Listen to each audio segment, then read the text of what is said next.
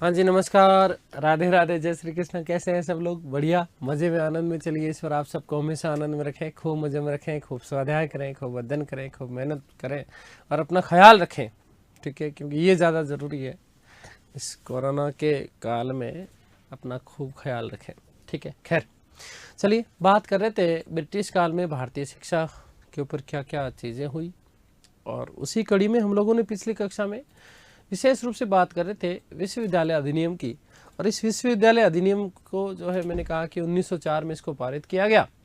साथ ही साथ इसमें बहुत सारे प्रावधान रखे गए। मैंने आपको बताया कि इसमें एक चीज़ तो ये रखी गई कि विश्वविद्यालय में को अध्ययन और शोध के लिए प्रोफेसर और लेक्चरर की क्या करनी चाहिए, नियुक्ति करनी चाहिए।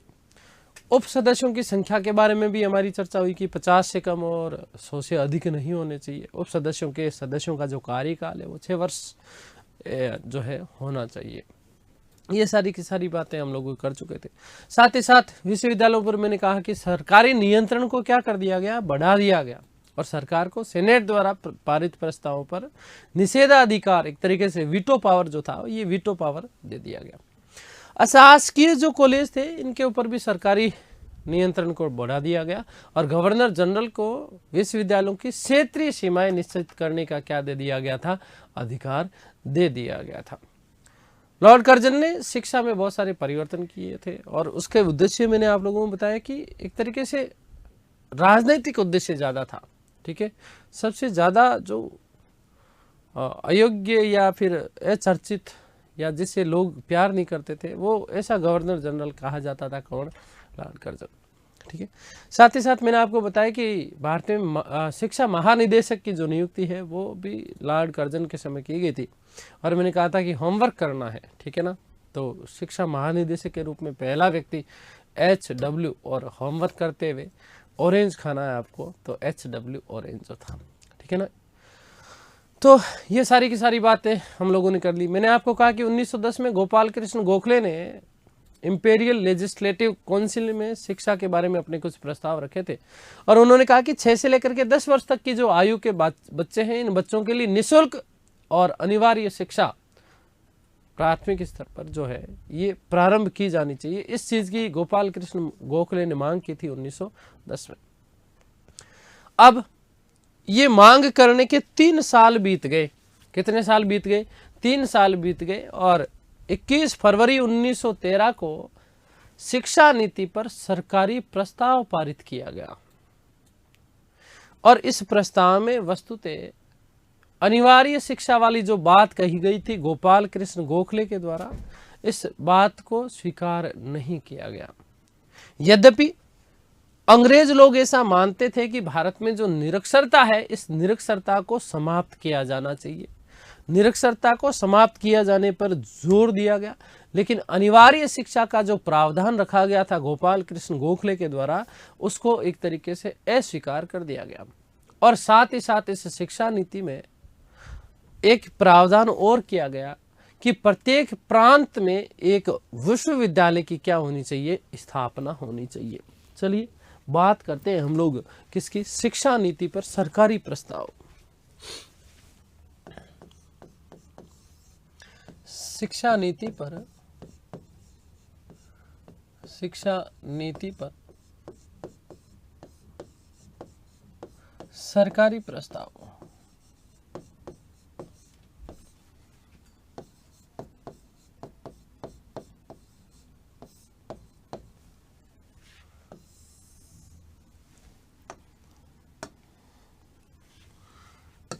कब?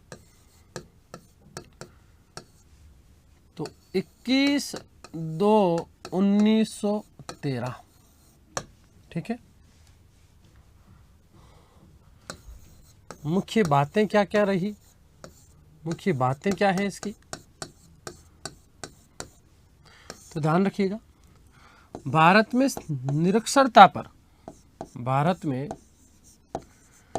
निरक्षरता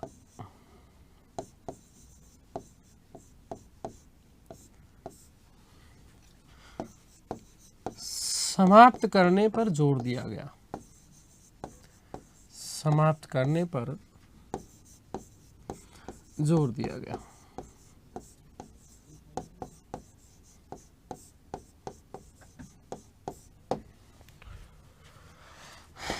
गोपाल कृष्ण गोखले के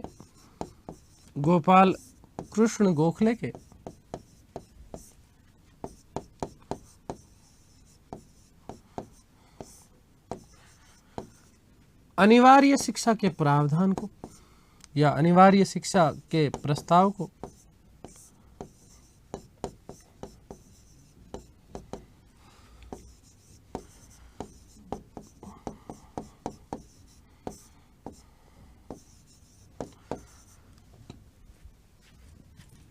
अस्वीकार कर दिया गया।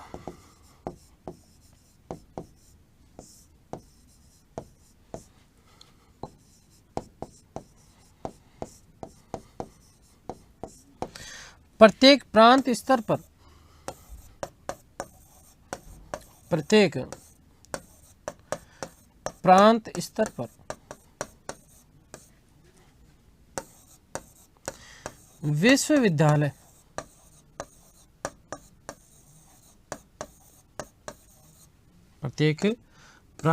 पर विश्वविद्यालय खोलने का प्रस्ताव जारी किया गया।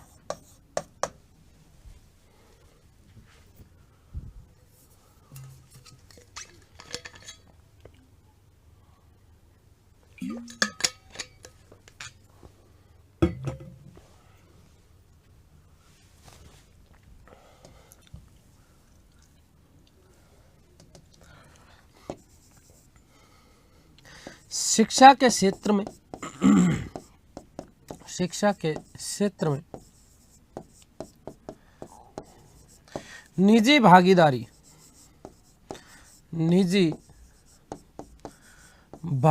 बढ़ाने पर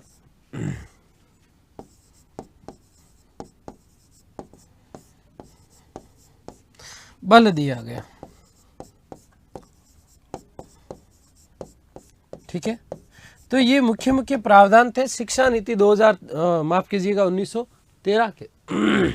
ठीक है, पहली चीज क्या, अंग्रेजों ने कहा कि भारत में निरक्षरता समाप्त की जानी चाहिए, इस चीज के ऊपर जोर दिया। लेकिन गोपाल कृष्ण गोखले ने जो बात 1910 में कही कि 6 से लेकर के 10 वर्ष तक के आयु के जो बालक हैं उनके लिए अनिवार्य और निःशुल्क शिक्षा होनी चाहिए प्राथमिक स्तर तक, लेकिन उस प्रस्ताव को उन्होंने क्या कर दिया, अस्वीकार कर दिया। साथ ही साथ उन्होंने कहा कि प्रांत स्तर पर जो है विश्वविद्यालय जो है खोलने चाहिए, है ना, विश्वविद्यालय की स्थापना का प्रस्ताव जारी किया गया। और साथ ही साथ शिक्षा के क्षेत्र में निजी भागीदारी जो है बढ़ाने पर क्या दिया गया, बल दिया गया। तो ये हमने बात कर ली शिक्षा नीति पर सरकारी प्रस्ताव कब पारित हुआ, ये 1913 में हुआ। इसके बाद यदि हम लोग बात करें तो आप लोगों ने पढ़ा भी होगा और सुना भी होगा, शेड्यूलर आयोग 1917 की बात करते हैं हम लोग।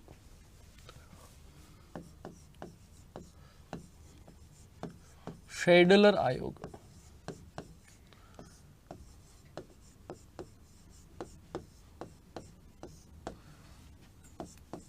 1917, शेड्यूलर आयोग 1917। देखिए सुनिएगा, सरकार ने 1917 में कलकत्ता विश्वविद्यालय की कलकत्ता विश्वविद्यालय की जो समस्याएं थी, उन समस्याओं के अध्ययन के लिए लॉर्ड्स विश्वविद्यालय के कुलाधिपति हुआ करते थे, उपकुलपति हुआ करते थे, जिनका नाम था डॉक्टर M.E. शेड्यूलर। इस M.E. शेड्यूलर की अध्यक्षता में एक आयोग की क्या किया गया, नियुक्ति की गई। शेड्यूलर आयोग की यदि हम लोग बात करें तो इसमें 2 भारतीय सदस्य थे। कौन कौन थे, सर आशुतोष मुखर्जी थे और दूसरे डॉक्टर जियाउद्दीन अहमद। ध्यान रखना, सर आशुतोष मुखर्जी और दूसरे कौन थे, डॉक्टर जियाउद्दीन अहमद। इस आयोग का विचार था, क्या विचार था कि अगर विश्वविद्यालय की शिक्षा में सुधार करना है तो माध्यमिक शिक्षा का सुधार करना आवश्यक है। क्या विचार रखा, बहुत बढ़िया चीज रखी इन्होंने कहा कि यदि आपको विश्वविद्यालय स्तर पर या विश्वविद्यालय की जो शिक्षा पद्धति है इसमें यदि आपको सुधार करना है तो उससे पूर्व आपको क्या करना पड़ेगा, माध्यमिक शिक्षा में सुधार करना अनिवार्य है। ठीक है, ये इन्होंने मत प्रस्तुत किया।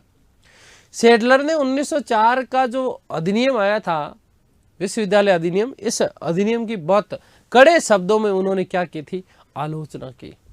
और आलोचना करने के साथ ही साथ उन्होंने कुछ सिफारिशें की। क्या सिफारिशें की? जैसे 12 वर्ष की स्कूल शिक्षा होनी चाहिए, इंटरमीडिएट परीक्षा के बाद में विश्वविद्यालय में प्रवेश मिलना चाहिए। बहुत अच्छी बात कही उन्होंने।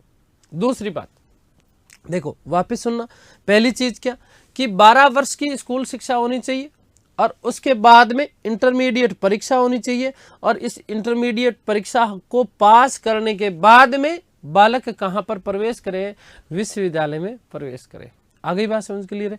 दूसरी चीज, विश्वविद्यालय में पृथक इंटरमीडिएट कॉलेज होने चाहिए और उनकी परीक्षाओं का संचालन करने के लिए माध्यमिक बोर्ड का क्या किया जाना चाहिए, गठन किया जाना चाहिए। और इसी सुझाव के तहत ध्यान रखना कि उत्तर प्रदेश में एक बोर्ड ऑफ सेकेंडरी एजुकेशन की स्थापना की गई पहली बार। कहां पर? यूपी में बोर्ड ऑफ सेकेंडरी एजुकेशन की स्थापना की गई थी। किसके सुझाव पर? सेडलर के सुझाव पर। फिर उन्होंने कहा कि स्नातक पाठ्यक्रम, जो ग्रेजुएशन का जो पाठ्यक्रम है वो कितने वर्ष का होना चाहिए? तो 3 वर्ष का होना चाहिए, जो अभी भी लागू है आपका। महिला शिक्षा के ऊपर उन्होंने विशेष जोर दिया। अध्यापक को प्रशिक्षण देना अनिवार्य है और इस प्रशिक्षण के लिए अध्यापक के लिए कुछ विशेष सुविधाएं भी की जानी चाहिए। ये बात सेडलर महोदय ने कही। आगे बात समझ क्लियर है। तो ये कुछ विशेष रूप से जो है इन्होंने बातें कही अपने सुझावों में, और इन सुझावों को माना भी गया। ठीक है। साथ ही साथ सेडलर आयोग ने विश्वविद्यालय के लिए एक कुलपति की नियुक्ति करने का भी क्या दिया था, उन्होंने सुझाव दिया था। और इन्हीं चीज़ों को मद्देनजर रखते हुए 1916 से लेकर के 1921 के मध्य मैसूर की बात करें 1916 में, फिर बात करें बनारस की 1916 में, पटना की बात करें 1917 में, ढाका और अलीगढ़ की बात करें तो 1920 में, लखनऊ की बात करें तो 1921 में, और उस्मानिया हैदराबाद, लखनऊ और उस्मानिया जो हैदराबाद विश्वविद्यालय की क्या की गई थी, स्थापना की गई थी।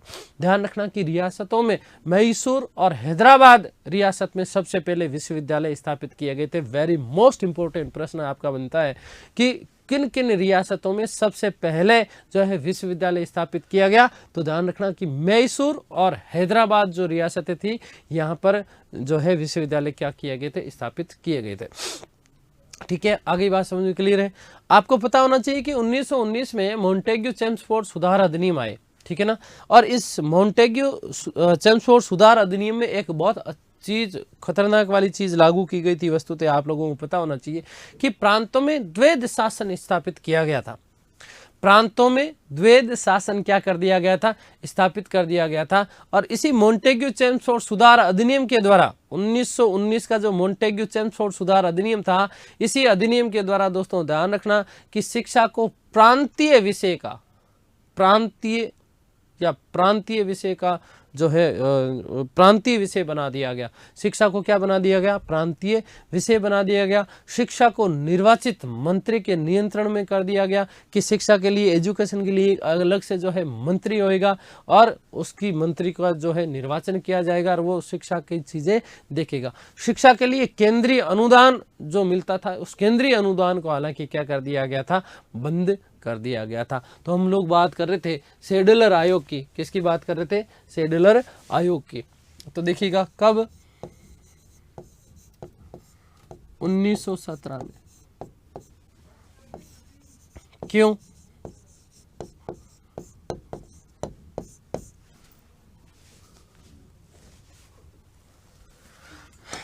तो कलकत्ता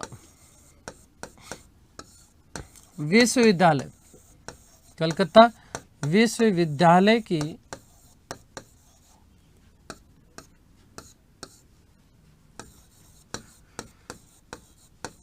समस्याओं के अध्ययन हेतु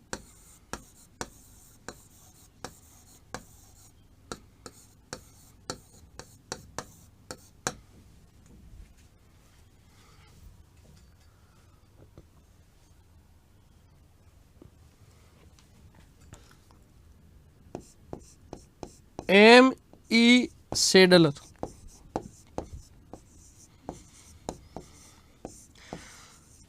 की अध्यक्षता में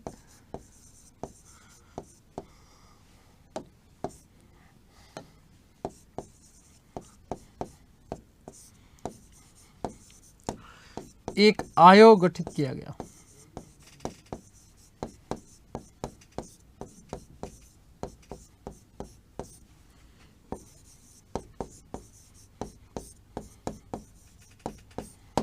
इस आयोग में भारतीय सदस्यों की बात करते हैं।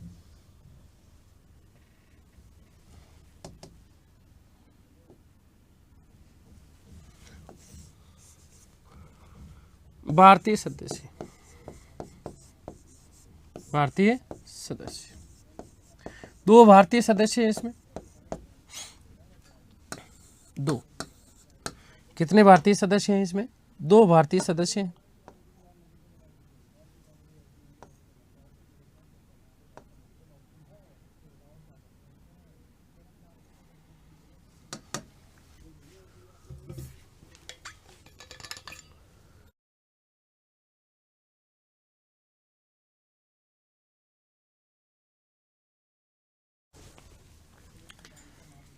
एक तो थे सर आशुतोष मुखर्जी,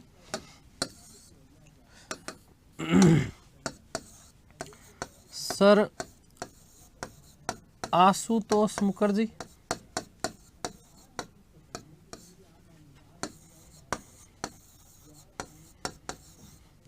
और दूसरे थे डॉक्टर जियाउद्दीन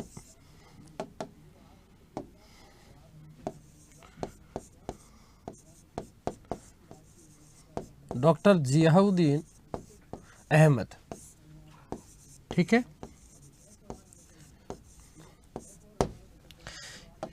क्या विचार प्रस्तुत किया? ध्यान रखना, शेडलर आयोग ने क्या विचार प्रस्तुत किया कि यदि आपको विश्वविद्यालय स्तर पर विश्वविद्यालय की शिक्षा में सुधार करना है तो पहले माध्यमिक शिक्षा में सुधार करना आवश्यक है। ध्यान रखिएगा कि इस आयोग ने मत प्रस्तुत किया कि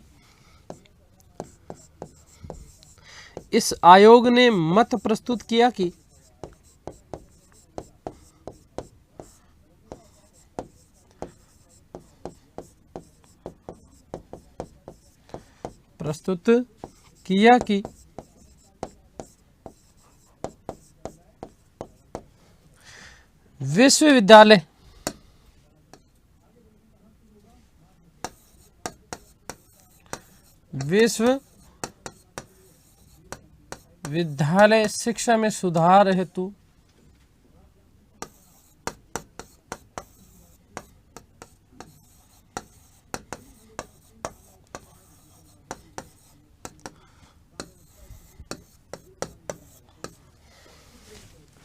सर्वप्रथम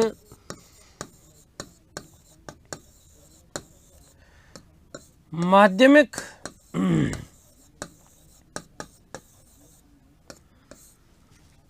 स्तर पर सुधार अनिवार्य है।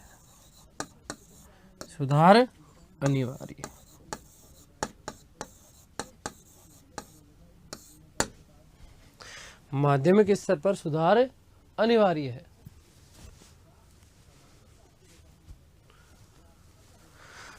ठीक है, आगे बात समझिए।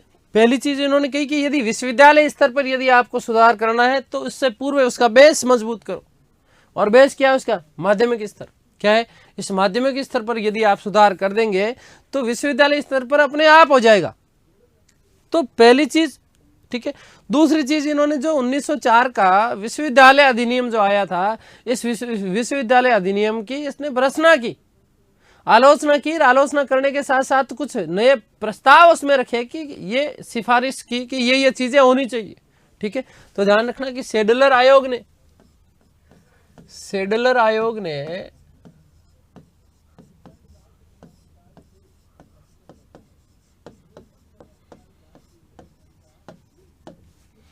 1904 के विश्वविद्यालय अधिनियम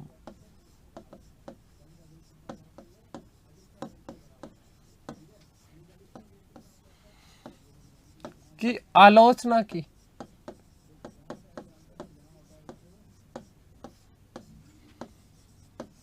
तथा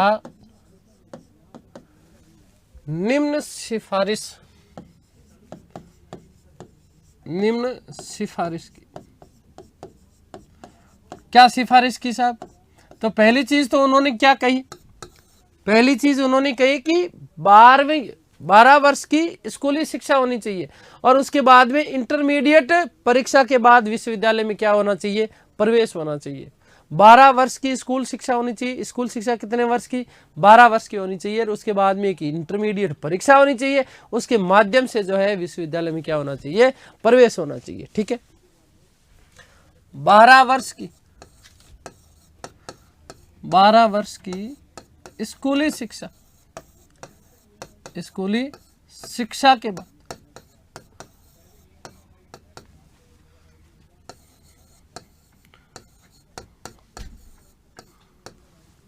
इंटरमीडिएट परीक्षा के माध्यम से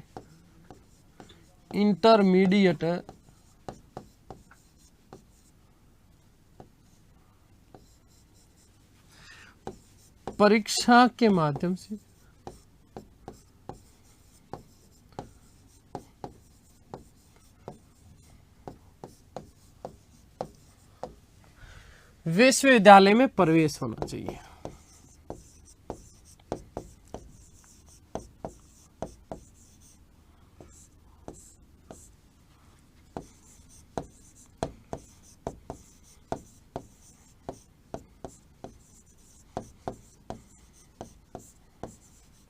ठीक है जी, पहली चीज 12 वर्ष की स्कूली शिक्षा हो। दूसरी चीज इंटरमीडिएट परीक्षा हो। इंटरमीडिएट परीक्षा में बालक यदि पास होता है तो उसी के माध्यम से उसे विश्वविद्यालय में क्या मिलना चाहिए? प्रवेश मिलना चाहिए। आगे बात समझो। दूसरी चीज क्या? दूसरी चीज ये कि विश्वविद्यालय में पृथक इंटरमीडिएट कॉलेज हो।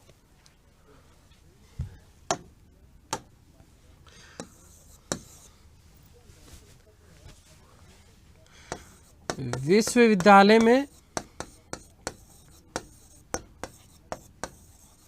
पृथक इंटरमीडिएट कॉलेज हो।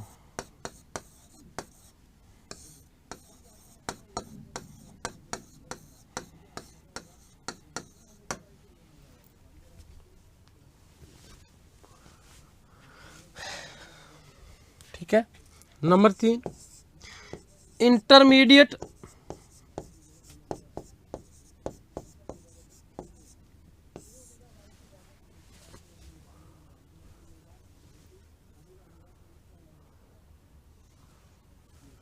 परीक्षा के संचालन हेतु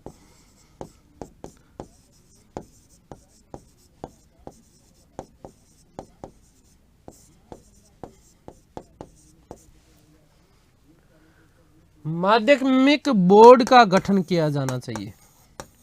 माध्यमिक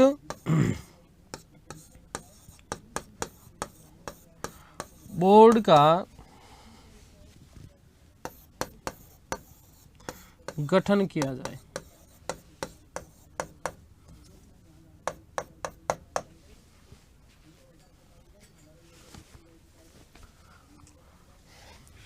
वेरी मोस्ट नोट कि सेडलर के सुझाव के कारण ही आयोग के सुझाव के कारण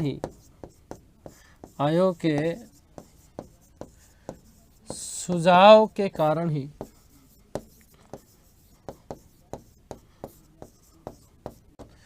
UP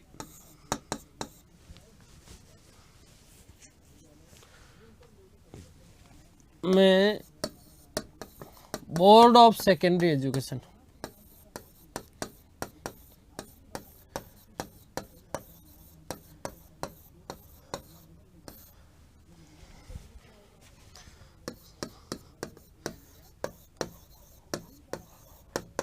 board of secondary education की स्थापना की गई।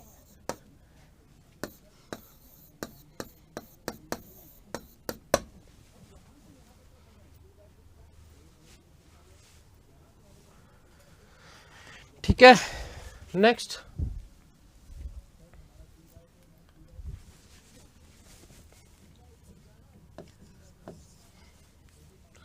स्नातक पाठ्यक्रम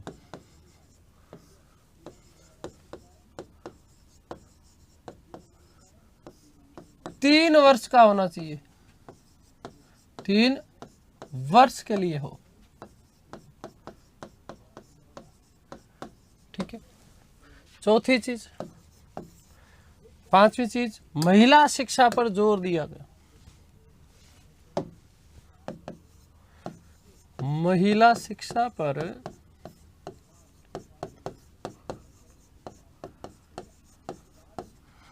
जोर दिया गया। देखो कहीं ना कहीं अंग्रेजों की एक बात ये तो ठीक थी कि चाहे कहीं भी हो, महिला शिक्षा के लिए हमेशा इन्होंने प्रयास किए ना। और भारतीय महिलाओं के संदर्भ में बहुत सारी चीजें आधुनिक भारत में बदली। जहां भारतीय महिलाओं को उस समय समाज में उतना ज़्यादा जो है स्थान नहीं था, तो वो भी दिया गया। ठीक है। जैसे उस समय की, तात्कालिक समय की हम लोग बात करें तो सती प्रथा जैसी चीज़ें, ठीक है, कन्या वध, ठीक है, और विधवाओं को तो वापस पुनः जीवन स्टार्ट करने का अधिकार ही नहीं था। ठीक है।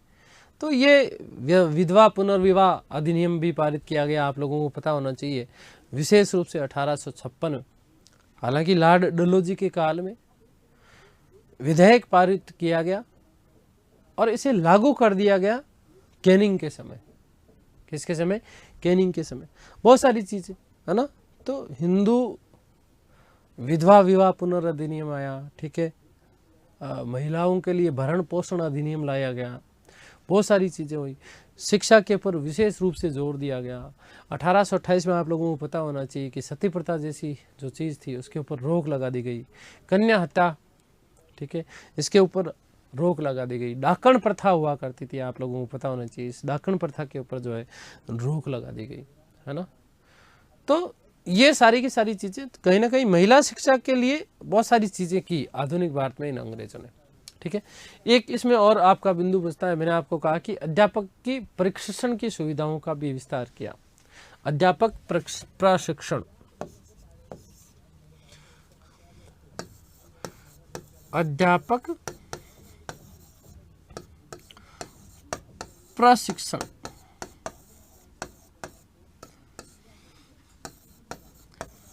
सुविधाओं का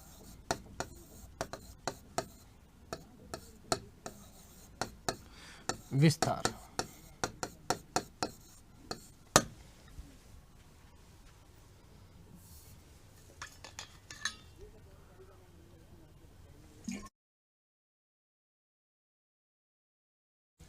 नंबर 7, विश्वविद्यालय के हेतु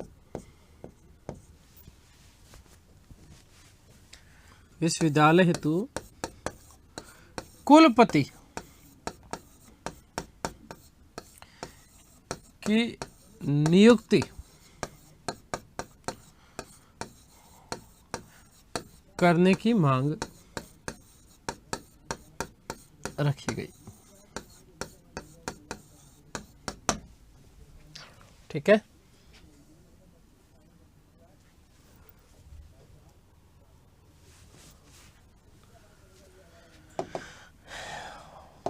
ध्यान दीजिएगा कि भारत में 1916 से लेकर से 1921 के मध्य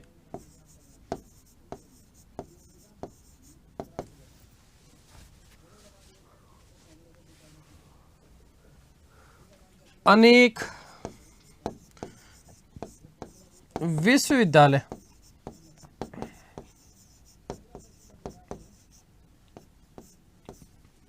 स्थापित किए गए।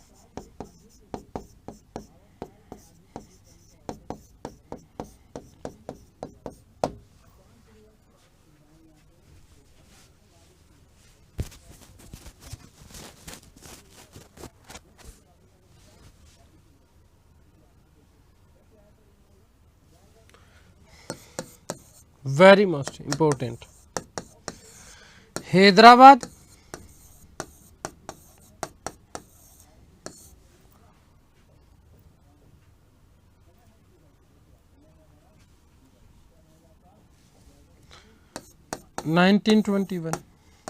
व मैसूर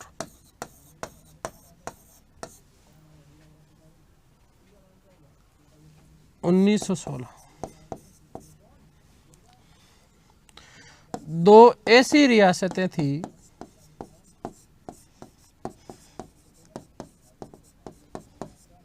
जहां सर्वप्रथम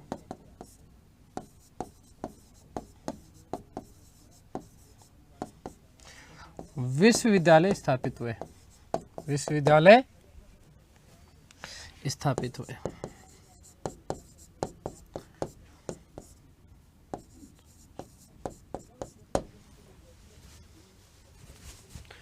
ठीक है, तो ध्यान रखना। इसके अलावा जैसे मैंने बात की तो बनारस में भी 1916 में हुआ, पटना में 1917 में हुआ, ढाका और अलीगढ़ की यदि हम बात करें तो 1920 में, लखनऊ और इसी के साथ उस्मानिया हैदराबाद में 1921 विश्वविद्यालय स्थापित किए गए। ये केवल आप लोगों को ध्यान रखना। यहाँ से बहुत अच्छा प्रश्न ये आ सकता है कि किन दो रियासतों में सर्वप्रथम विश्वविद्यालय की स्थापना की गई और कौन से आयोग की सिफारिश पर एक तरीके से बात करें तो ध्यान रखना शेडलर आयोग। हैदराबाद में 1921 में और मैसूर में 1916, ये दो ऐसी रियासतें मानी जाती है जहाँ पर जो है पहली बार जो है विश्वविद्यालय की क्या की गई थी, स्थापना की गई थी। ठीक है, अगली बात समझ क्लियर है। वेरी मोस्ट इंपॉर्टेंट, नोट डाल करके लिख लेना, मेरे साथ ही लिख लेना।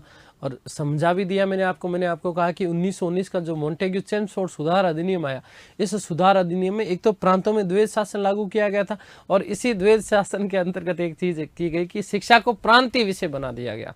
शिक्षा को क्या बना दिया गया, प्रांतीय विषय बना दिया गया और शिक्षा को निर्वाचित मंत्री के नियंत्रण में कर दिया गया। शिक्षा के लिए एक शिक्षा मंत्री की नियुक्ति होगी।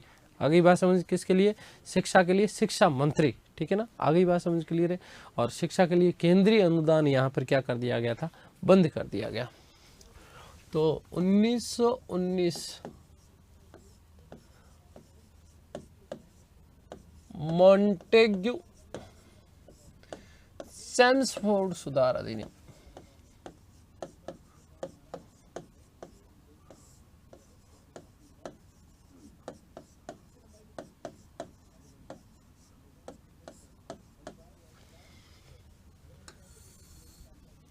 पहली चीज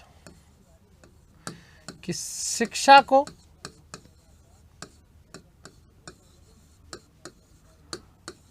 प्रांतीय विषय बना दिया गया।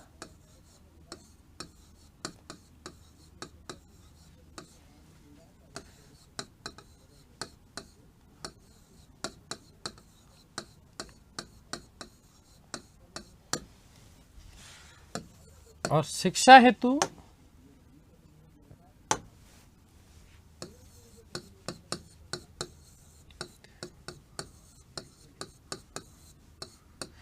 एक निर्वाचित मंत्री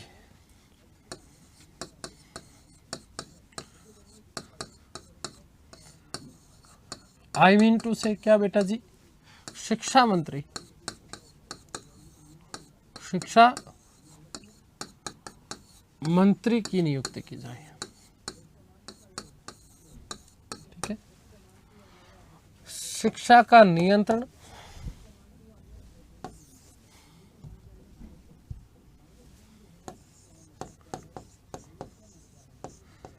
शिक्षा का नियंत्रण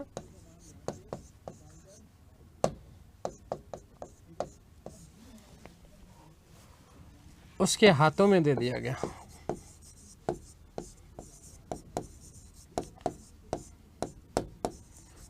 और नंबर 3, केंद्रीय अनुदान, शिक्षा को जो केंद्रीय अनुदान मिल रहे थे वो बंद कर दिए गए।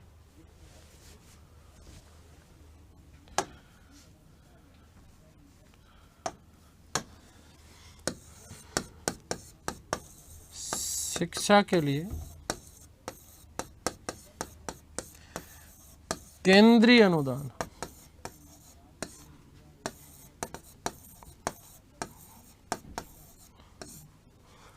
बंद कर दिया।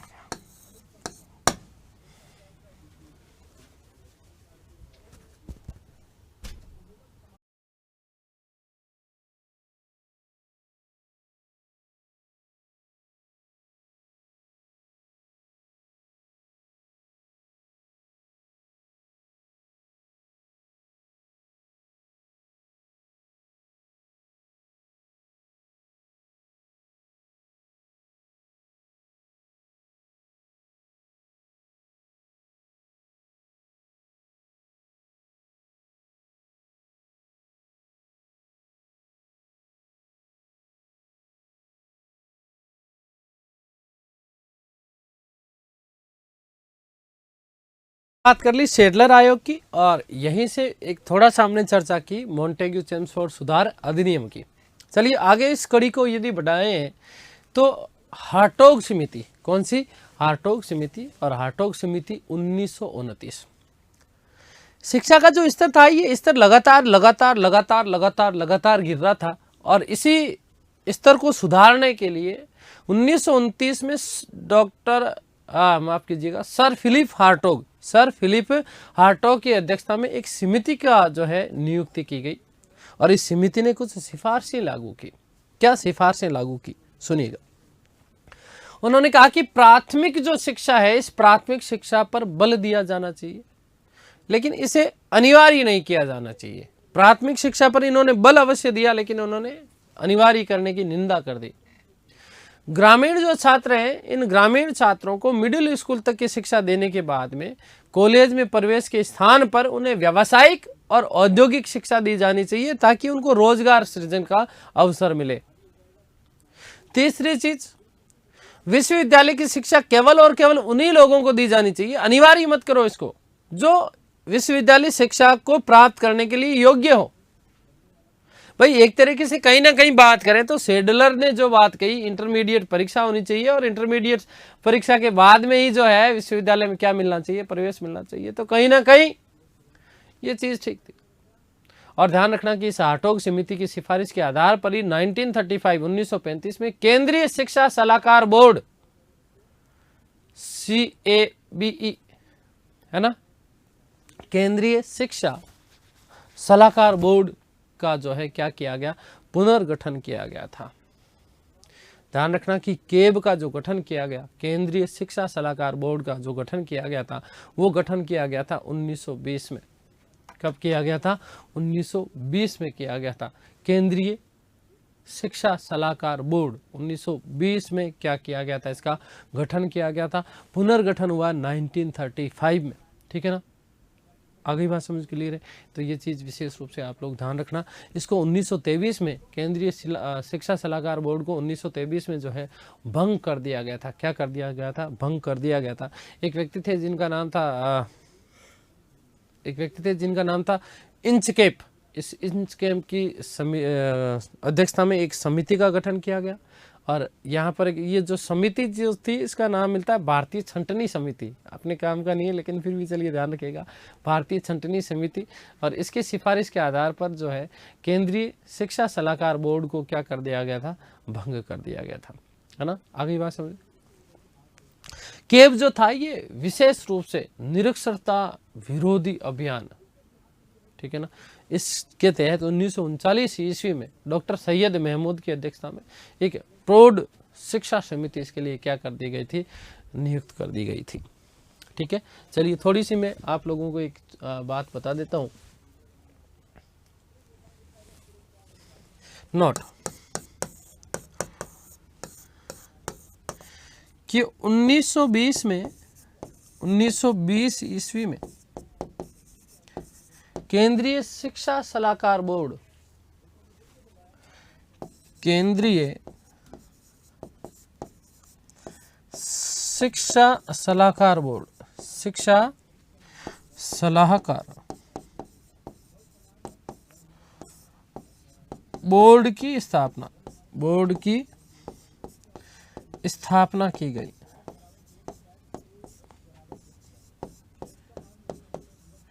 परंतु इसे 1923 में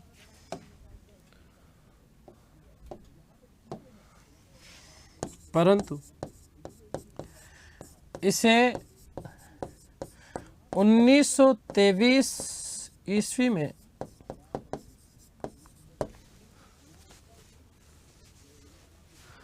भारतीय छंटनी समिति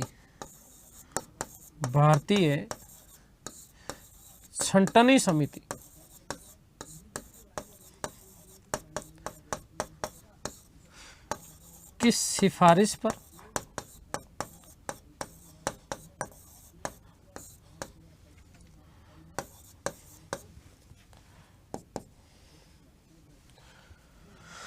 भंग कर दिया गया।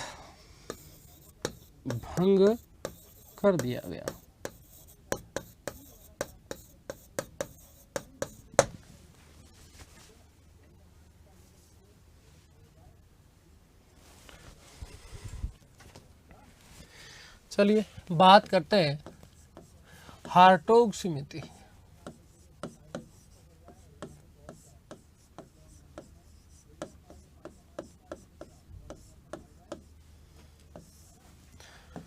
कब? तो 1929। क्यों?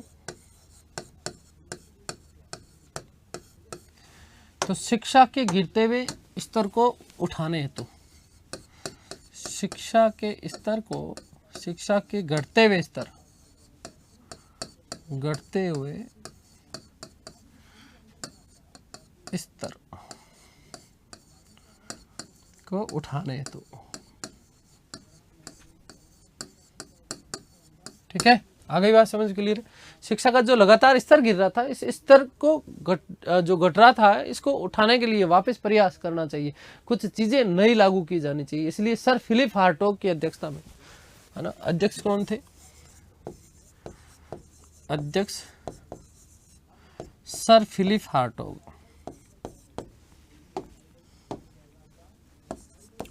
Sir Philip Hartog. ठीक है, प्रमुख प्रावधानों की यदि हम लोग बात करें, क्या इसकी क्या प्रमुख सिफारिशें थी? प्रमुख सिफारिश क्या थी?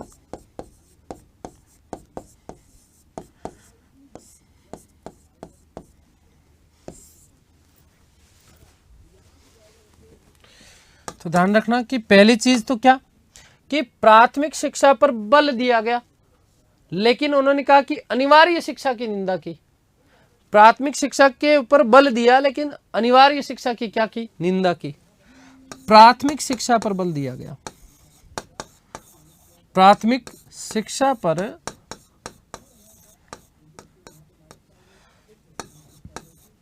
बल दिया गया,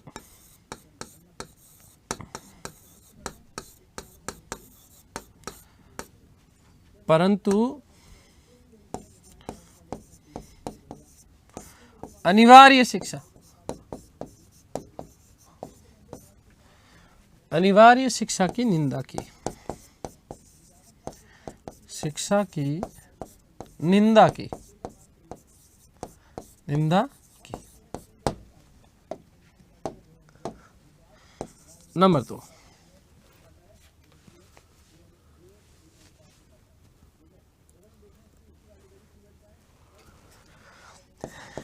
ग्रामीण छात्रों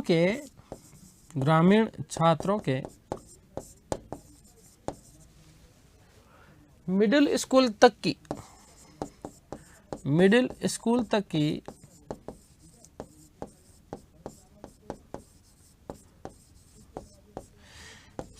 शिक्षा देने के बाद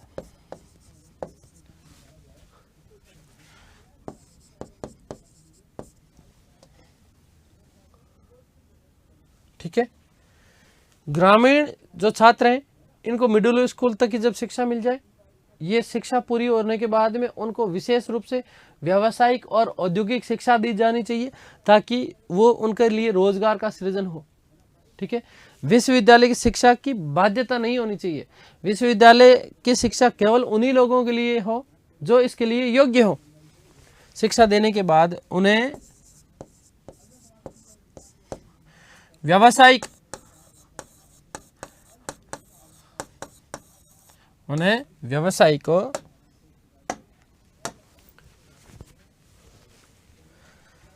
और औद्योगिक शिक्षा दी जानी चाहिए।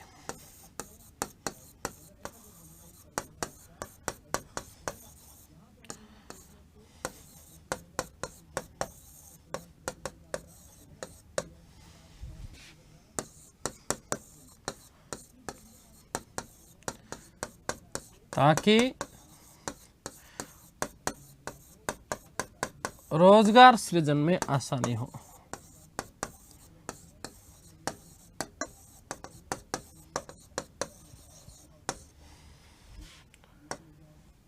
ठीक है, नंबर 3, विश्वविद्यालय स्तर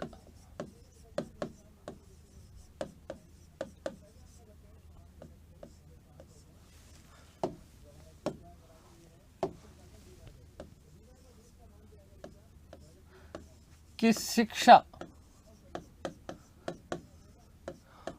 केवल उन्हीं को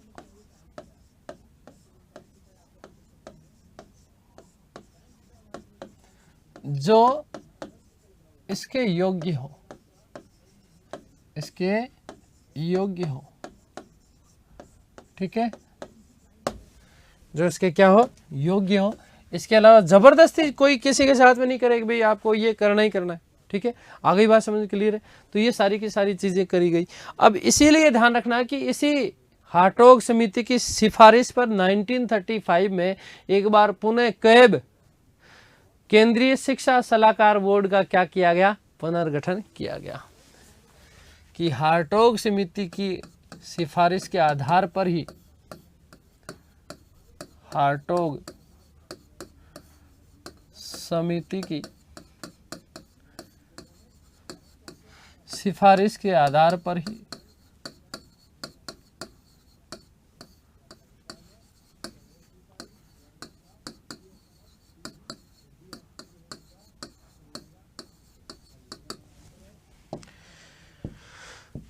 नाइनटीन 1935 ईस्वी में केंद्रीय शिक्षा सलाहकार बोर्ड, शिक्षा सलाहकार बोर्ड का पुनर्गठन किया गया, पुनर्गठन किया गया।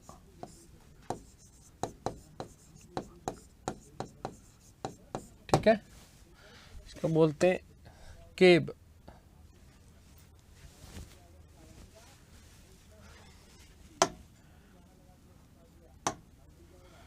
CABE।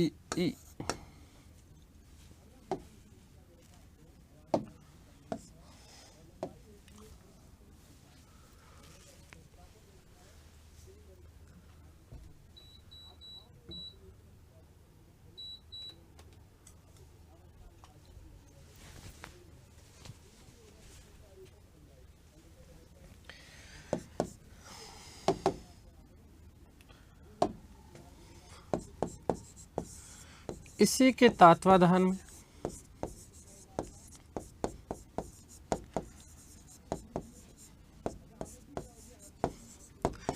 नाइनटीन 1939 ईस्वी में प्रौढ़ शिक्षा समिति, प्रौढ़ शिक्षा समिति का गठन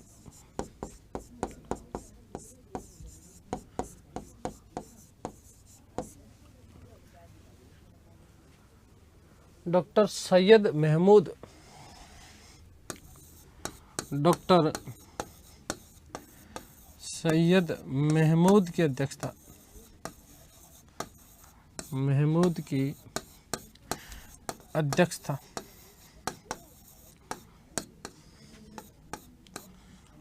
में किया गया।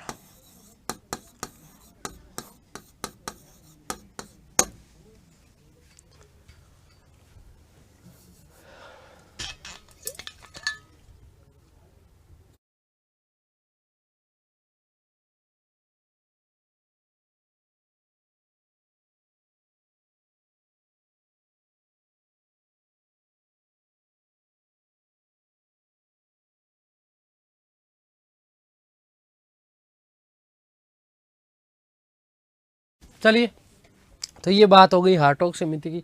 सबसे महत्वपूर्ण बात अब हम लोग करने वाले हैं मूल बुनियादी शिक्षा की वर्धा योजना। मूल बुनियादी शिक्षा की वर्धा योजना, देखिए सुनिएगा इसको।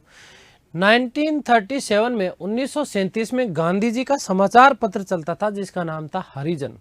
हरिजनों के उत्थान के लिए गांधी जी ने बहुत सारे कार्य किए थे, ठीक है। तो हरिजन नामक जो समाचार पत्र था, इस हरिजन नामक समाचार पत्र में गांधी जी ने शिक्षा पर एक लेख प्रकाशित किया। एक क्या, अनेक लेख प्रकाशित किए थे। अक्टूबर 1937 में वर्धा में अखिल भारतीय शिक्षा सम्मेलन का आयोजन किया गया और यहीं से ध्यान रखना कि इसी में बुनियादी शिक्षा की वर्धा योजना प्रस्तुत की गई। क्या की गई थी? बुनियादी शिक्षा की वर्धा योजना प्रस्तुत की गई। इसका सुझाव वस्तुतः दिया गया था जवाहरलाल नेहरू के द्वारा। जाकिर हुसैन समिति हुआ करती थी। इस जाकिर हुसैन समिति ने 2 दिसंबर 1937 को वर्धा योजना का ब्यौरा प्रस्तुत किया था। वर्धा योजना, ध्यान रखना कि वर्धा योजना का मूलभूत सिद्धांत क्या था? वर्धा योजना का मूलभूत सिद्धांत ये था कि बच्चों को 7 साल तक मातृभाषा में निःशुल्क और अनिवार्य शिक्षा दी जानी चाहिए और साथ ही साथ मातृभाषा में, ध्यान रखना कौन सी भाषा में? मातृभाषा में निःशुल्क हो और अनिवार्य शिक्षा हो और उन्हें साथ ही साथ हस्त उत्पादक कार्य करने चाहिए। क्या करना चाहिए? हस्त उत्पादक कार्य करने चाहिए और साथ ही साथ उन्हें व्यावसायिक शिक्षा भी दी जानी चाहिए। यह शिक्षा अहिंसक होनी चाहिए और इससे अध्यापकों को वेतन की पूर्ति भी करनी चाहिए। ठीक है, ध्यान रखना दोस्तों कि द्वितीय विश्व युद्ध प्रारंभ हो गया था और द्वितीय विश्व युद्ध प्रारंभ होने के कारण ये योजना लागू नहीं हो पाई। ठीक है ना, तो ध्यान रखना बुनियादी शिक्षा योजना।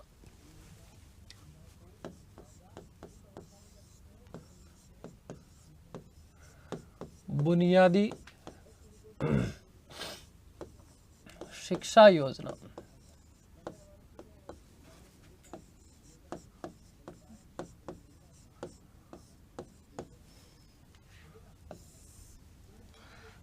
कब? तो 1937।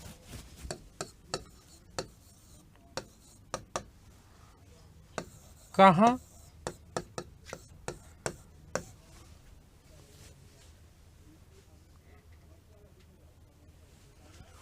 तो वर्धा में। कहाँ जी? वर्धा।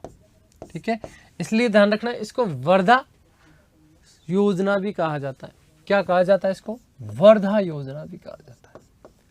वर्धा योजना क्या कहा जाता है? वर्धा योजना कहा जाता है। ठीक है, पहली चीज कि सर्वप्रथम महात्मा गांधी ने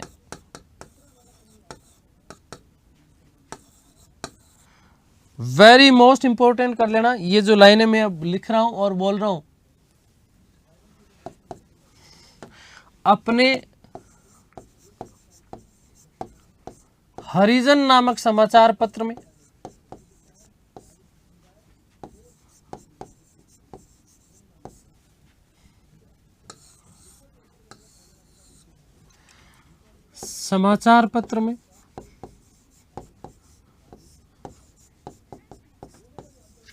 हरिजन नामक समाचार पत्र में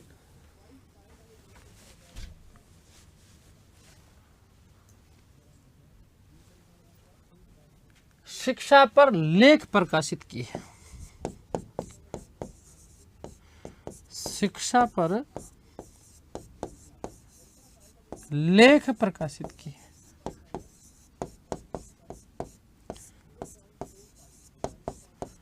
ठीक है जी,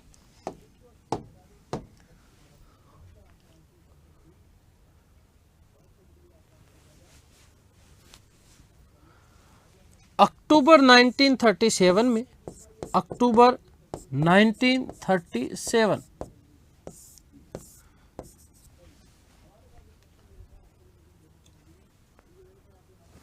वर्धा में अखिल भारतीय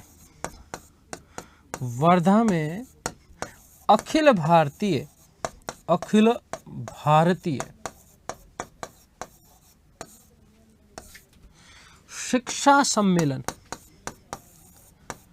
अखिल भारतीय शिक्षा सम्मेलन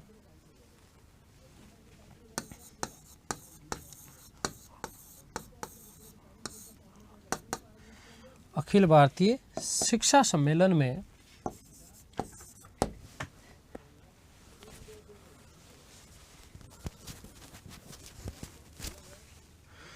बुनियादी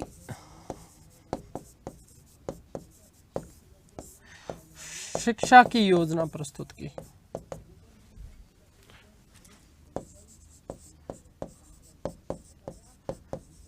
योजना प्रस्तुत की।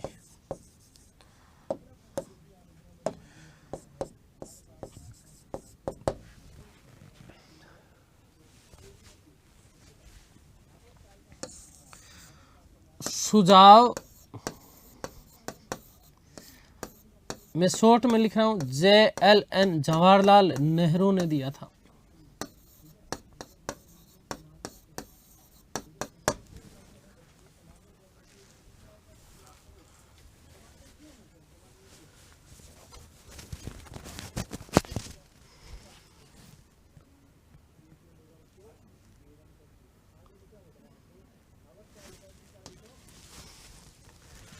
नेक्स्ट, जाकिर हुसैन समिति ने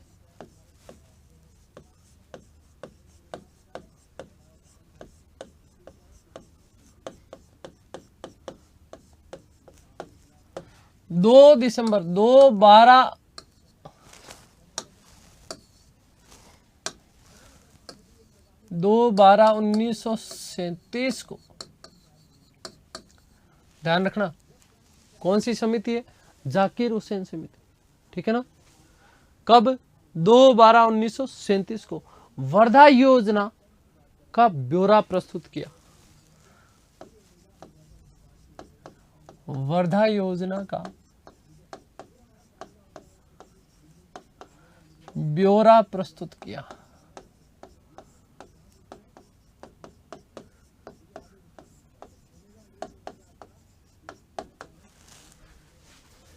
जिसमें निम्न प्रावधान थे।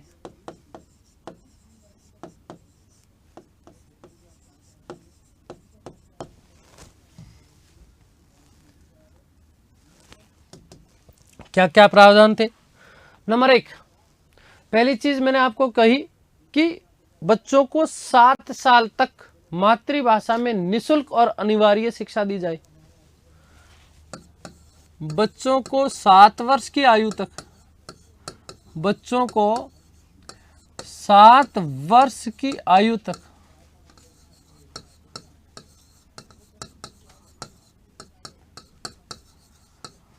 मातृभाषा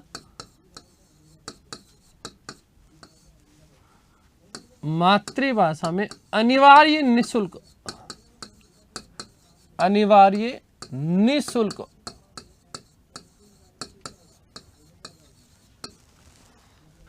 शिक्षा दी जाए।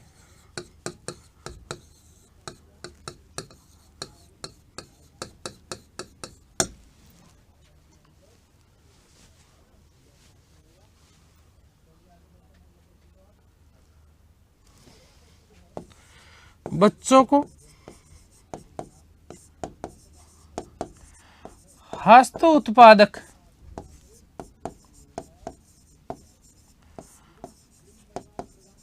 कार्य करने के लिए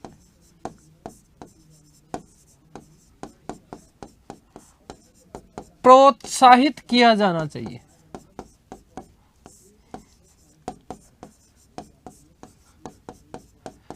तथा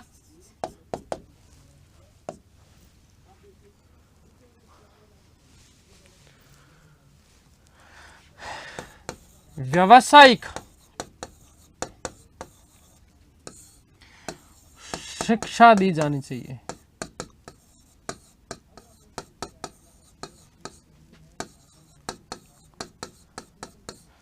ठीक है।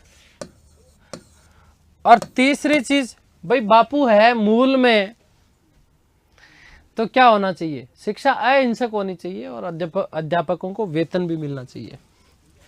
शिक्षा अहिंसक होनी चाहिए, शिक्षा अहिंसक हो तथा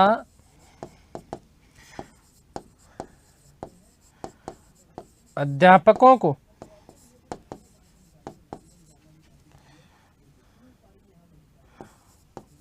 उनका पारिश्रमिक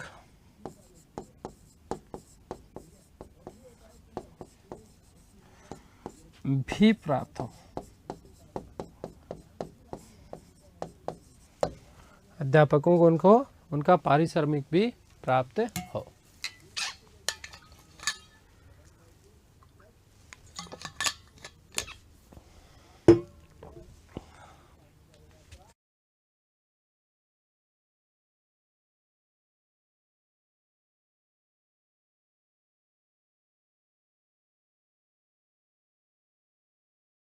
लास्ट बात मैं इसमें लिख रहा हूं कि द्वितीय विश्व युद्ध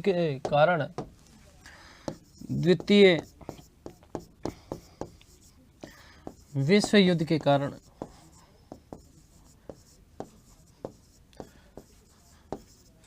कारण यह योजना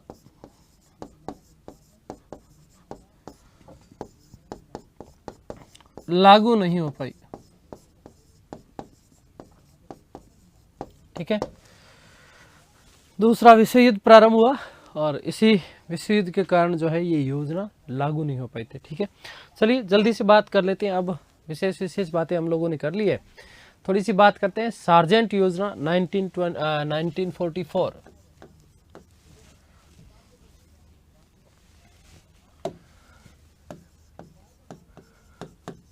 सार्जेंट योजना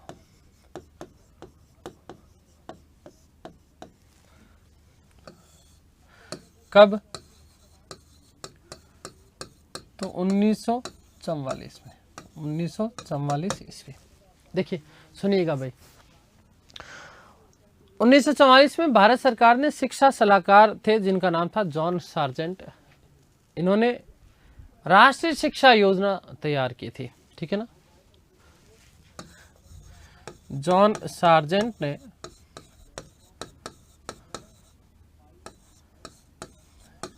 राष्ट्रीय शिक्षा का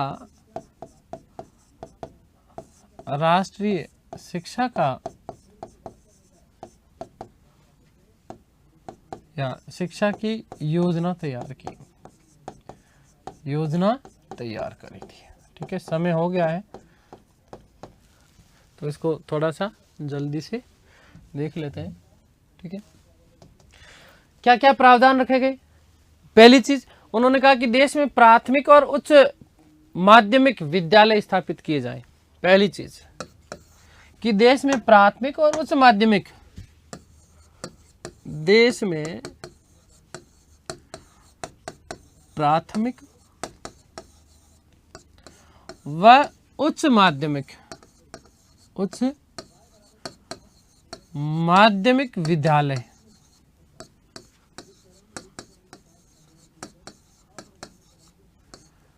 स्थापित किए जाए, पहली चीज। दूसरी चीज क्या? 6 से लेकर के 11 वर्ष तक के बच्चों के लिए निःशुल्क और अनिवार्य शिक्षा होनी चाहिए। नंबर 2,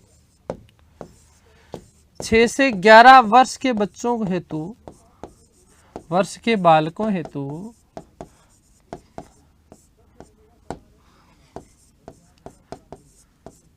निःशुल्क व अनिवार्य शिक्षा,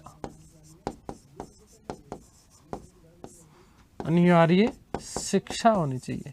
ये प्रावधान भी किया गया। कौन सी योजना में? सार्जेंट योजना। तीसरी चीज, 11 से लेकर के 17 वर्ष तक 6 वर्ष की अतिरिक्त शिक्षा व्यवस्था होनी चाहिए। 11 से लेकर के 17 वर्ष, इसी में लिख रहा हूं 11 से 17 वर्ष, 17 वर्ष तक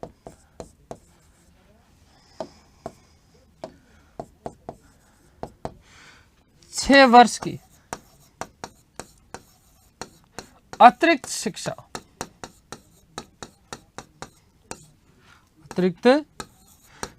की व्यवस्था होनी चाहिए। ठीक है, तो चीजें तो बहुत अच्छी लागू की। नंबर 4, यदि हम बात करें तो उन्होंने कहा कि एकेडमिक और व्यावसायिक शिक्षा के लिए 2 प्रकार के विद्यालय होने चाहिए। एकेडमिक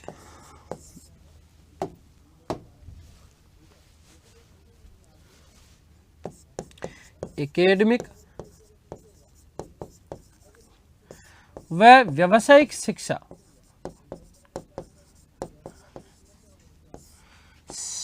हेतु अलग अलग 2 प्रकार के विद्यालय होने चाहिए।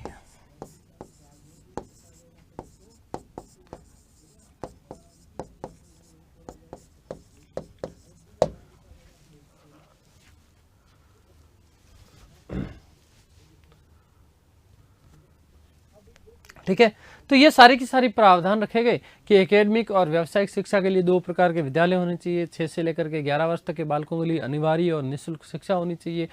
11 से लेकर के 17 तक 6 वर्ष का अतिरिक्त शिक्षा का प्रावधान होना चाहिए। इस सार्जेंट योजना के तहत दोस्तों ध्यान रखना कि अगले अंतर्गत 40 वर्ष के भीतर देश में शिक्षा का पुनर्निर्माण किया जाना था। ठीक है, अगले 40 वर्षों में देश में शिक्षा का क्या होना था, पुनर्निर्माण होना था। बाद में खेर समिति ने इस अवधि को घटा करके कितना कर दिया था, 16 वर्ष।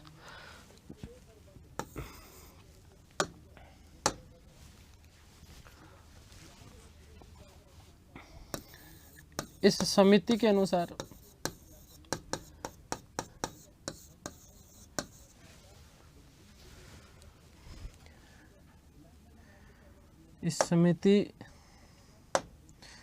अनुसार अगले 40 वर्षों में शिक्षा का पुनर्गठन होना था।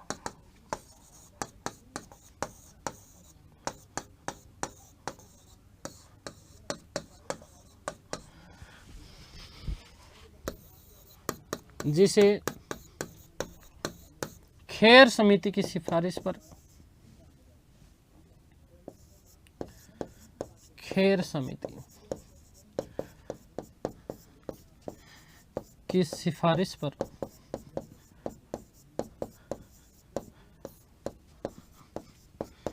16 वर्ष कर दिया गया।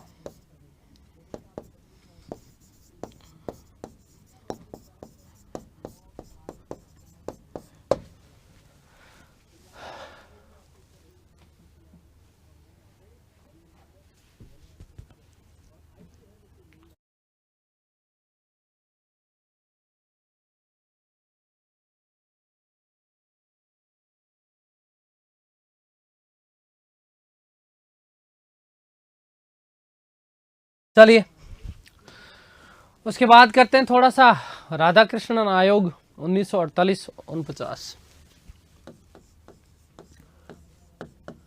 राधाकृष्णन आयोग, ठीक है। चलिए जल्दी से बात करते हैं राधाकृष्णन आयोग की। कब?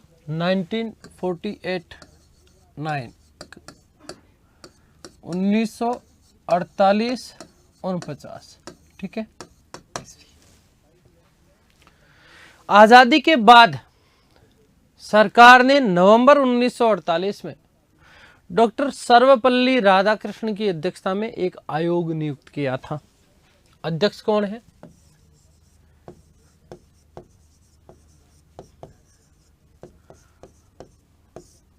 डॉक्टर सर्वपल्ली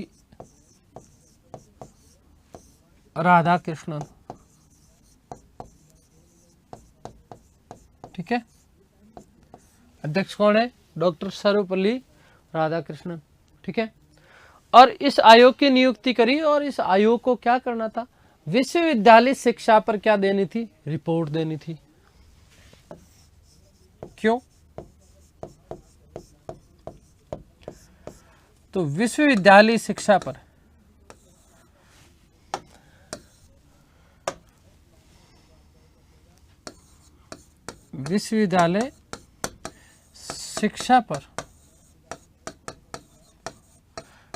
रिपोर्ट देने हेतु,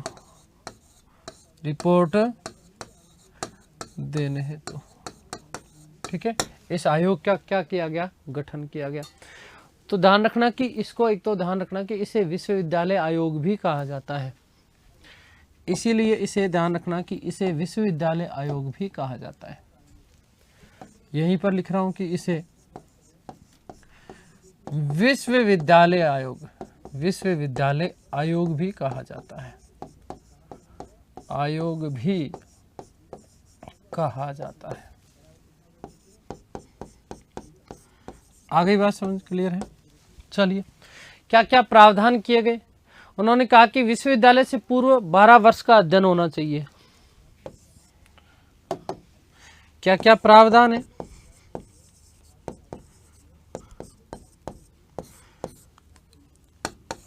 कि विश्वविद्यालय से पूर्व 12 वर्ष का अध्ययन होना चाहिए।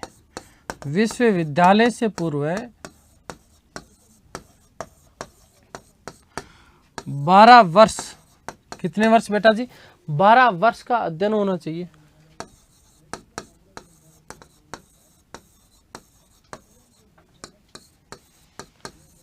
कितने वर्ष का अध्ययन होना चाहिए? 12 वर्ष का। प्रत्येक एकेडमिक सत्र में 180 दिन की पढ़ाई अनिवार्य है। प्रत्येक सत्र में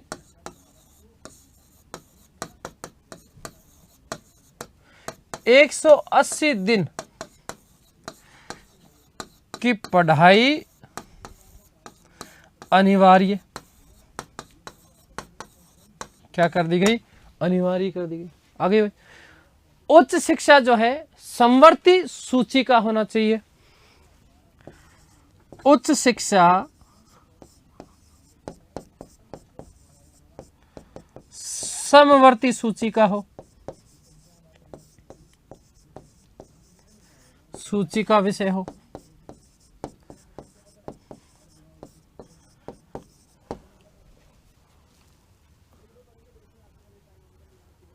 और सबसे मोस्ट इंपॉर्टेंट बात, उन्होंने कहा कि प्रशासनिक सेवाओं की परीक्षा के लिए स्नातक की उपाधि जरूरी नहीं।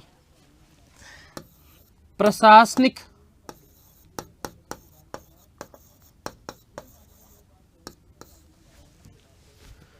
सेवाओं की परीक्षा हेतु, सेवाओं की परीक्षा हेतु स्नातक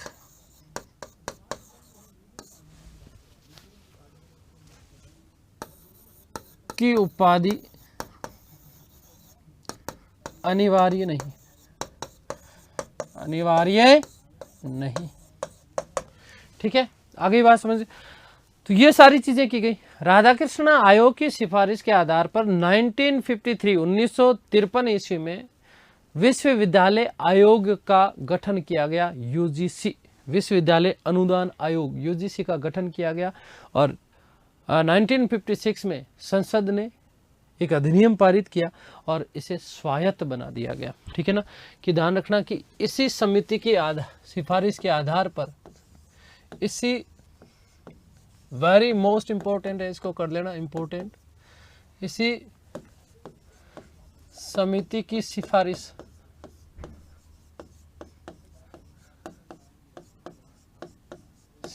के आधार पर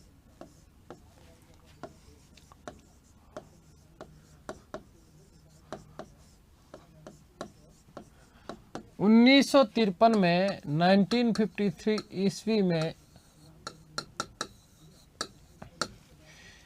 यूजीसी की स्थापना की गई।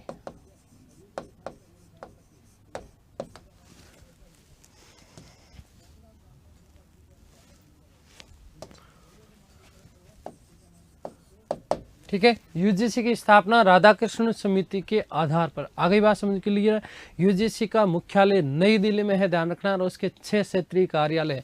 ठीक है, मुख्यालय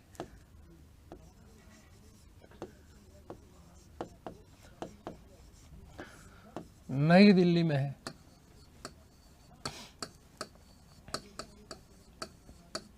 ठीक है, और इसके 6 क्षेत्रीय कार्यालय हैं। इसके 6 क्षेत्रीय कार्यालय हैं, क्षेत्रीय कार्यालय है। अब देखो, विशेष रूप से हमें ब्रिटिश काल के दौरान ही करनी थी, हम लोगों ने वस्तुतः बात कर ली स्वतंत्र भारत में भी, ठीक है। इसके 6 क्षेत्रीय कार्यालयों के मैं नाम भी बता रहा हूँ, आप लोगों को लिख लेना, लिखो तो। पुणे है, गुवाहाटी है, भोपाल है, बेंगलोर है, कोलकाता है और हैदराबाद है, ठीक है। उसके बाद एक जैसे मुदालियर आयोग आया, वो स्वतंत्र भारत में मुदालियर आयोग माध्यमिक शिक्षा के लिए आया था 1952 में। 23 सितंबर 1952 को गठित किया गया था और इसके अध्यक्ष थे लक्ष्मी स्वामी मुदालियर। शिक्षा को समवर्ती सूची करने का इसने विषय जो है सुझाव दिया था। और इसके अलावा इन्होंने कहा कि प्रत्येक राज्य में माध्यमिक शिक्षा बोर्ड का क्या होना चाहिए, गठन किया जाना चाहिए और इसी के तहत बहुउद्देशीय मल्टीपर्पज स्कूलों का क्या किया जाना चाहिए, स्थापना की चाहिए।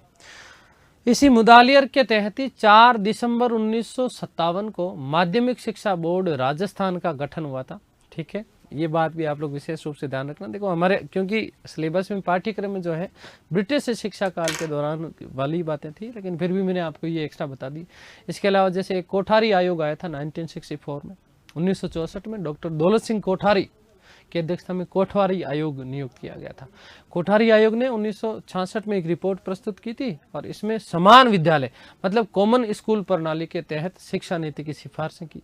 नई शिक्षा नीति 1986 में, ठीक है, आप लोगों ने पढ़ लिया होगा, शिक्षा नीतियाँ आप लोगों के अलग से पाठ्यक्रम में दी गई है, ठीक है। खैर, उम्मीद करता हूँ सारी चीज़ें आप लोगों को समझ में आई होगी। ईश्वर से प्रार्थना करता हूँ आप सब स्वस्थ रहें, मस्त रहें, तंदुरुस्त रहें, आह्लादित और प्रसन्नचित रहें।